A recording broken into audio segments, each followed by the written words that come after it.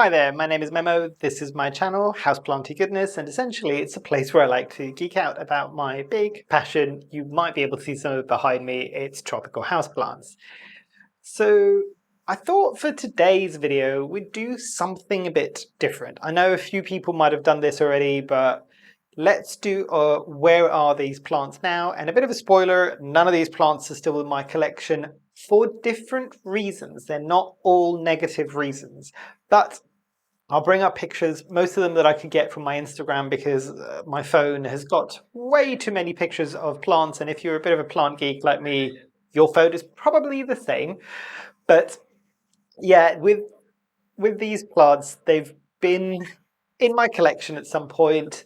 Some of them got to a relatively large size, some of them didn't for different reasons. But let's dive into the first plant and let's talk through it. So the first plant I'm going to bring up was actually one of the first plants that I got when I was first getting back into houseplants, and it is one that became huge, which is the Begonia maculata whightii.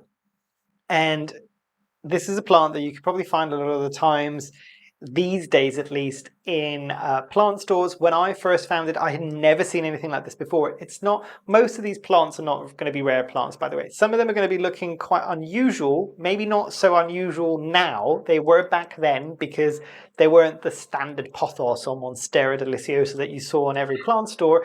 They've become a bit more readily available now. So obviously the Begonia maculata whightii is one that you've probably all seen around for a while. I don't know whether or not this has also been reclassified or people have realized that this is not that specific begonia and things like that, but I bought it as a Begonia maculata whightii. If you know that it now has a different name, do let me know in the comments down below. I have a very sneaky suspicion that it does, but that's what I got it as. Obviously, it's got those leaves that looks like angel wings. The backs of the leaves is amazing because it's fully like a deep red, kind of fire engine red rather than a deep red actually. And obviously it's got the dots on the plants. And I'm just sitting there going, oh my God, I have never seen a plant with polka dots and it's got red backs, and it was just ticking so many boxes. And it's a cane begonia. So cane begonias, for most people that haven't had them yet, they can grow quite big. And I think I know a lot of people like me that have had their maculata whightii for a long time, and this is why I got rid of mine, was because it was kind of from the ground up. It was probably taller than me at some point, but it grew a bit leggy.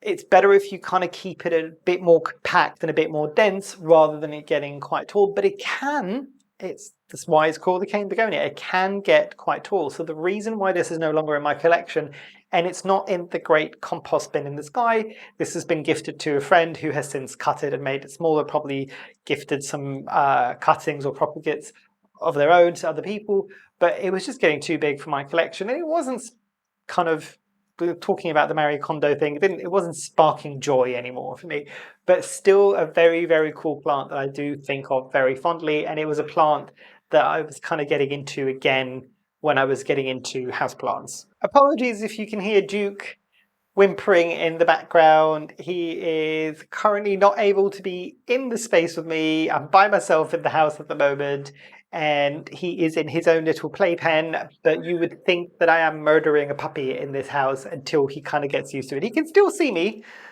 but apparently a meter to 2 meters away is a bit too far away at the moment. So we're learning how to deal with separation anxiety. And I know it's going to be a bit of a long road. If you've got any tips that you had with your puppies when they were this age, I know this is off topic for plants, please do share before I go insane. But yeah, moving on to the next plant that I wanted to talk about, and this is a couple of plants actually.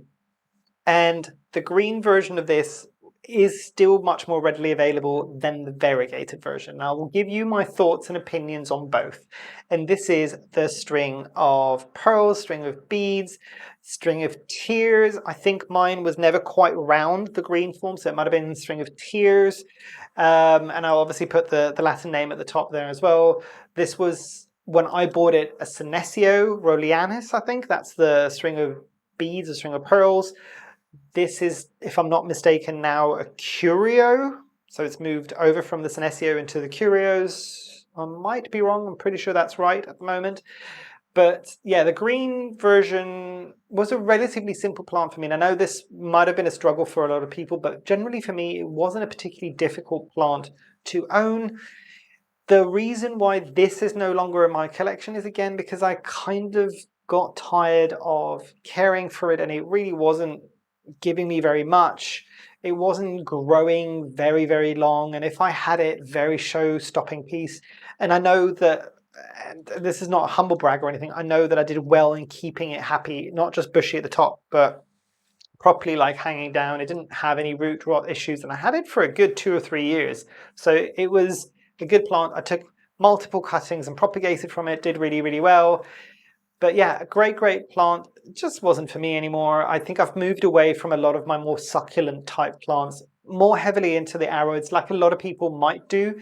So, but still a good plant nonetheless. However, the variegated string of pearls. And I think a lot of people that have had these plants at some point or other, and I would almost hazard a guess that they probably still don't have them. And if they do, big, big congrats to you. Exceptionally difficult to keep happy, basically. I did for a long period of time. I think I had it for nearly a year and a half in some form or another. I think it was a relatively plush plant, and the pictures that I'm finding were probably when it was a bit threadbare already by that point. I think I finally gave up the ghost for this one. This one did die at some point. I had like 1 or 2 strings, and there was 5 or 6 beads or pearls on each one, and it just was not happy. It was happy at some point a few years back, and I don't know for a fact if I have got a video, if I did a video on my Instagram back then. If it is on here, I'll see if I can link it at the top there. Please do not judge me on how horrendous my first videos were. But yeah, this was a plant that it can be quite tricky, and from what I was seeing from other people that had it, a lot of people struggled with this one to keep it happy. As I said, when I had it outside and it was getting beat down with sun for most of the day, and I was still in the summer, granted it was the UK, I was only really watering it once every 15 to 20 days. So we can do quite well. With this one, it was an interesting bit of a backstory with this one, because I was talking to the plant seller that I got it from, and they'd got it in, and I know a lot of people and a lot of other people got it in. At some point it came in from the Netherlands. There was an influx of them. They were a bit more affordable. People really wanted to get their hands over onto some of these. If you were some of those people that managed to buy it and bought it online, you'll know that the biggest issue, and I don't think it's just the variegated form of this, the biggest issue with this plant is that it really does not ship well.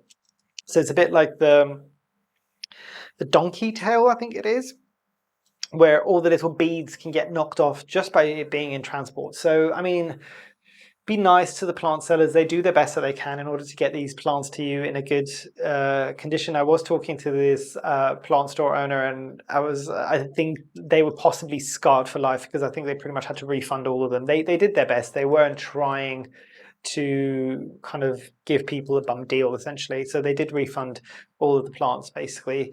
But it just didn't transport well. I think they also struggled, and I think a lot of other people, at least in the UK, there was a batch that came in from the Netherlands that were massively overwatered from the nurseries, possibly before they came over. But by the time they'd come over, a lot of these plants were already suffering from root rot, so they'd gone out to people, and these were plants that are sensitive to root rot anyway, so they rotted out.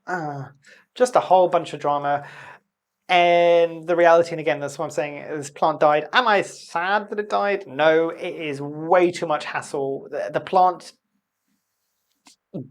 kind of appearance and beauty for me, does not make up for how dramatic it could be, basically. So moving on to the next type, I will show you maybe a couple of pictures that I've got. And this is a plant, or types of plants, that I really don't have in my collection anymore. And it's because I never really cracked the care conditions for them. And this would be the Peperomias. So I think I've got a couple of pictures of my Peperomia caparatas, which I know for a lot of people are the more difficult Peperomias. But again, spoiler alert, if you've been here for a while, I can do better with the difficult ones than the easy ones. So a lot of the easy Peperomias I killed off like that. The caparatas for me were the ones that did the best in my care, but again, I think it's because they really like that kind of really humid environment. And I've had several peperomias over the years, and I kept trying to like them, and I kept trying to get excited about them, and I did. But I think for me, can you tell? I like plants that get large and sizable, and they're large and in charge, and peperomias will never be that. They do have a very compact growth habit.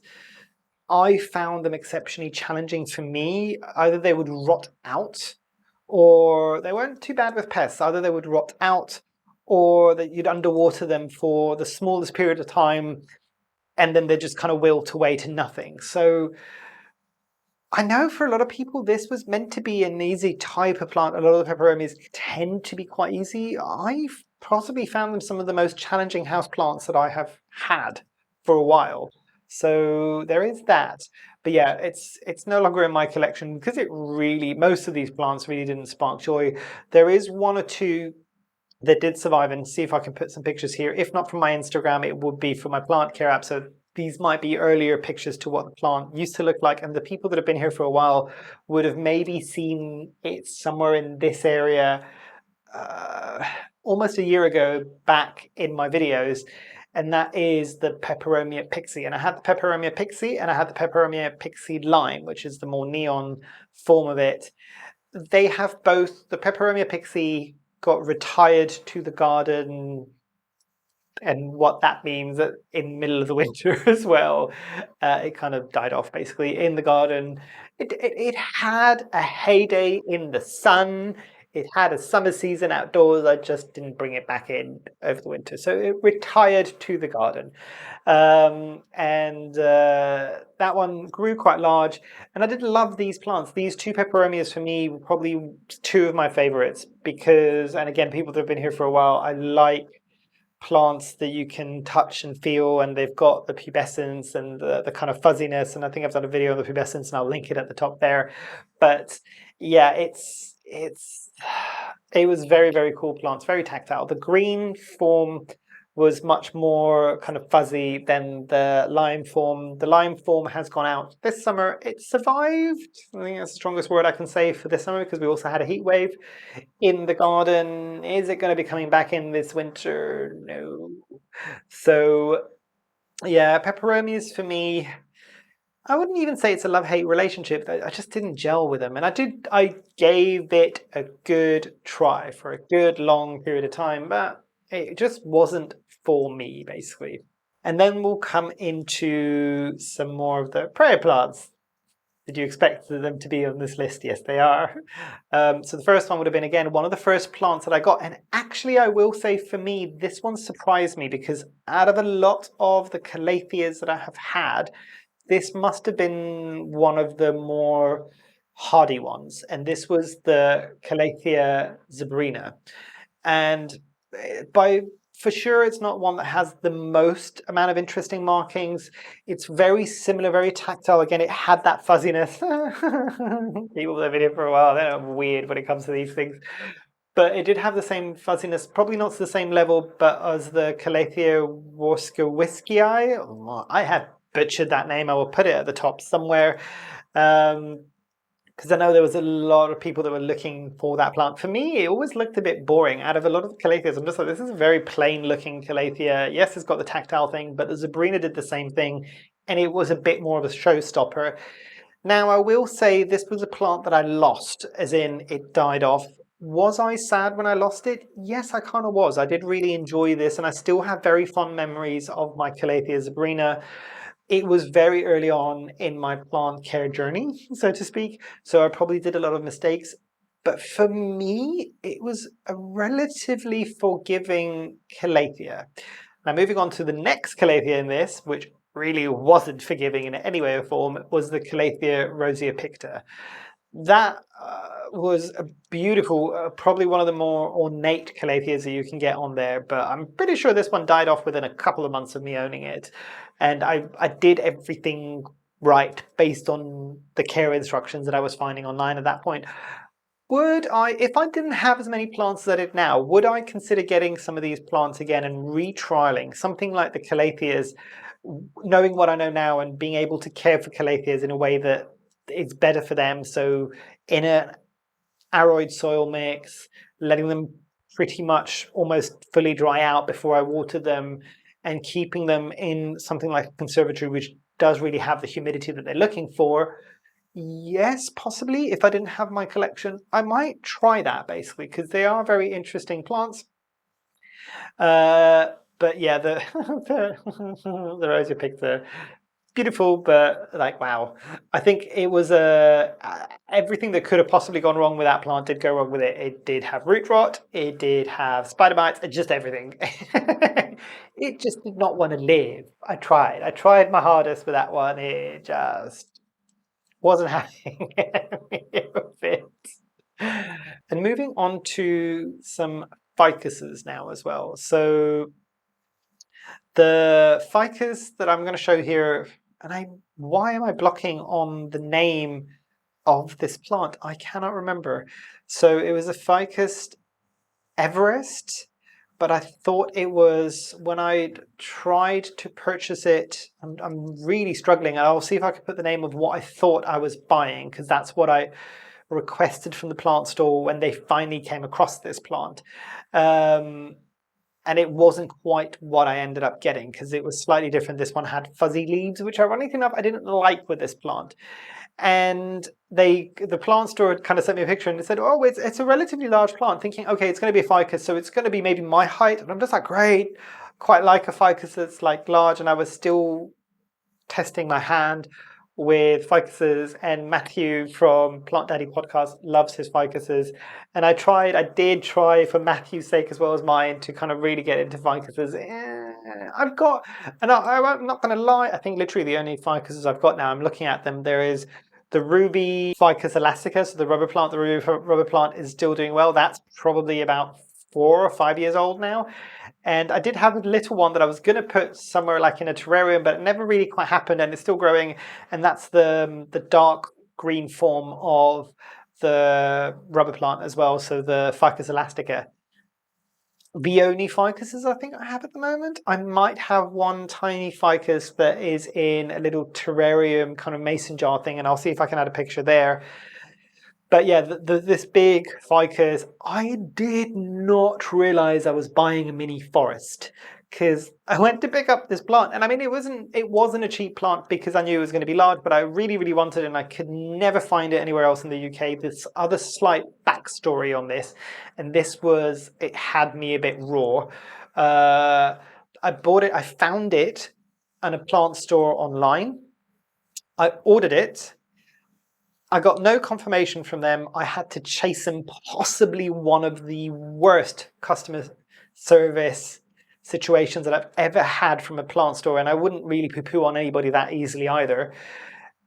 Only to then transpire weeks later, when I still hadn't got my plant, that they never really had that plant in stock anyway, and they were gonna get it in stock, so they put it on the website. It all sold out, and I wasn't the only one that they had to fob off for a long period of time.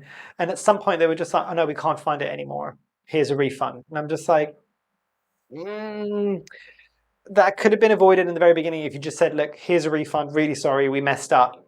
We won't do it again. Moved on. It just was not played well, basically. Have I ever bought from that retailer because that was the first time I was going to buy? No, and I would never recommend them from anybody. I'm not going to name and shame them, but horrendous experience. They're still in business, by the way.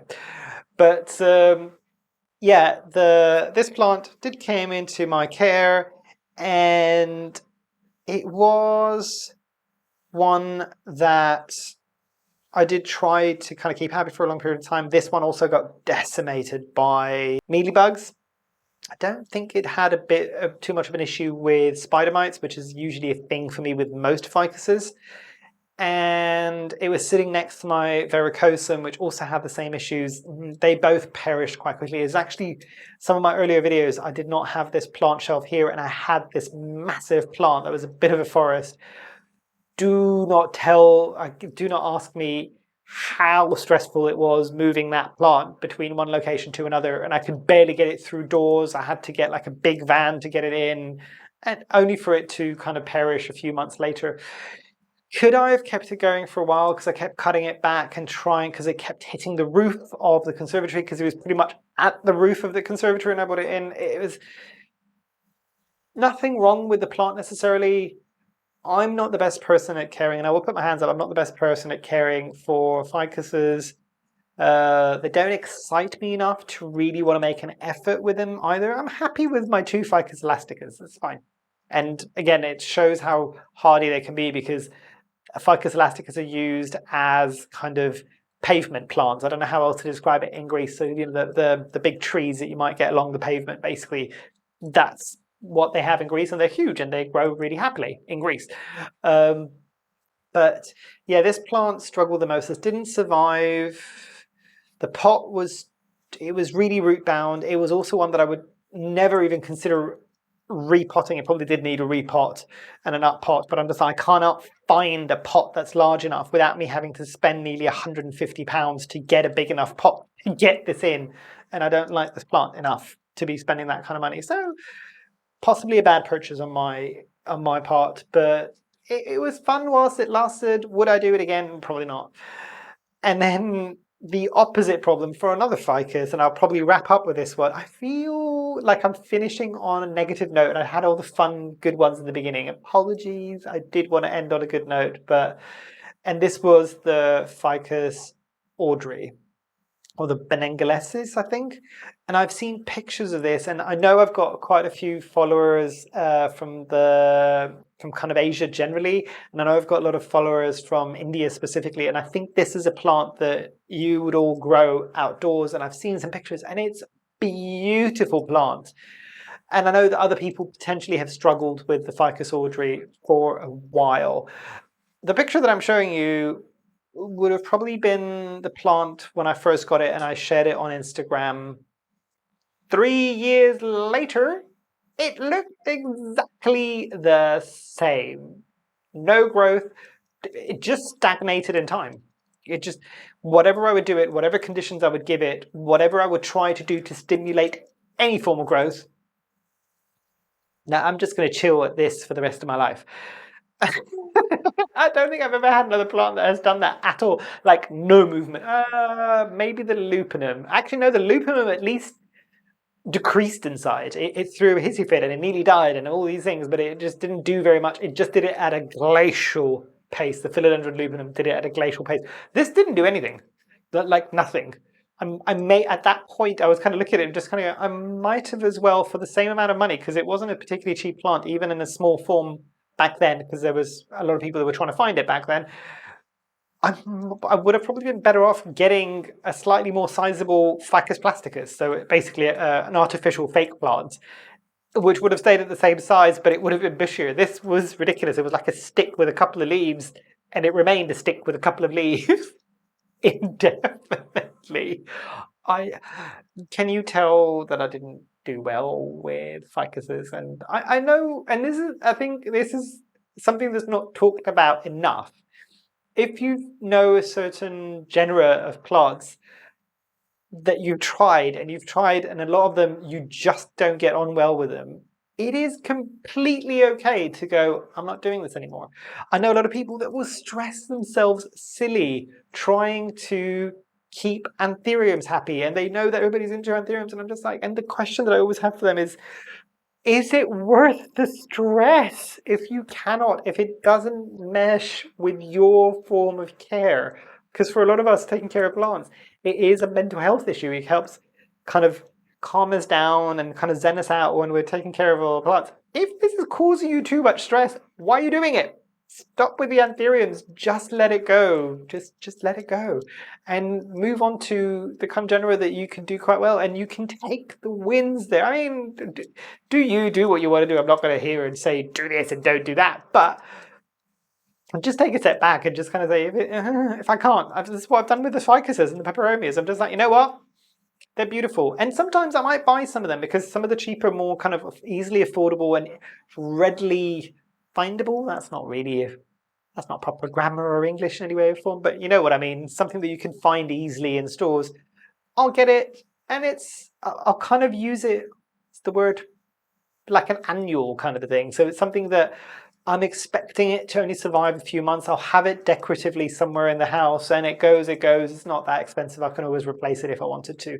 That's almost the way that I kind of look at things like Calatheas, especially in the house. Now, the really, really ornate ones, I would get it as something that I'm expecting to only survive for a few months, and then I just replace it. I know it's kind of sacrilegious for a lot of people out there to say this, but these are the ones that I want to grow into a jungle, and they've survived as a jungle basically. And it's completely okay to fall out of love with certain plants and to give them to other people or for them to die off. It's part of how we learn, and I think people always forget. They're just like, you know what you're doing. Do you know how many plants I have killed in my time doing this? But I learn from it. Whether or not I learn and then move and get a similar plant or the same plant and do better and keep it happy, or I learn enough about myself to just kind of say, it's not worth it just so I can say that I've got that plant. It's not worth the stress. I'll do these plants that seem to like the care that I give them. So yeah. But yeah, I think that's hopefully a bit more of a positive note. I don't know, maybe. Uh, hopefully you've enjoyed. If you like these slightly more rambly videos, I've got a very sneaky suspicion that you might not, but I thought this might be an interesting video. Hopefully you've enjoyed. Hopefully I haven't put you off, and I shall see you here soon. And I truly, truly hope that you have a great rest of your day. Thanks. Bye.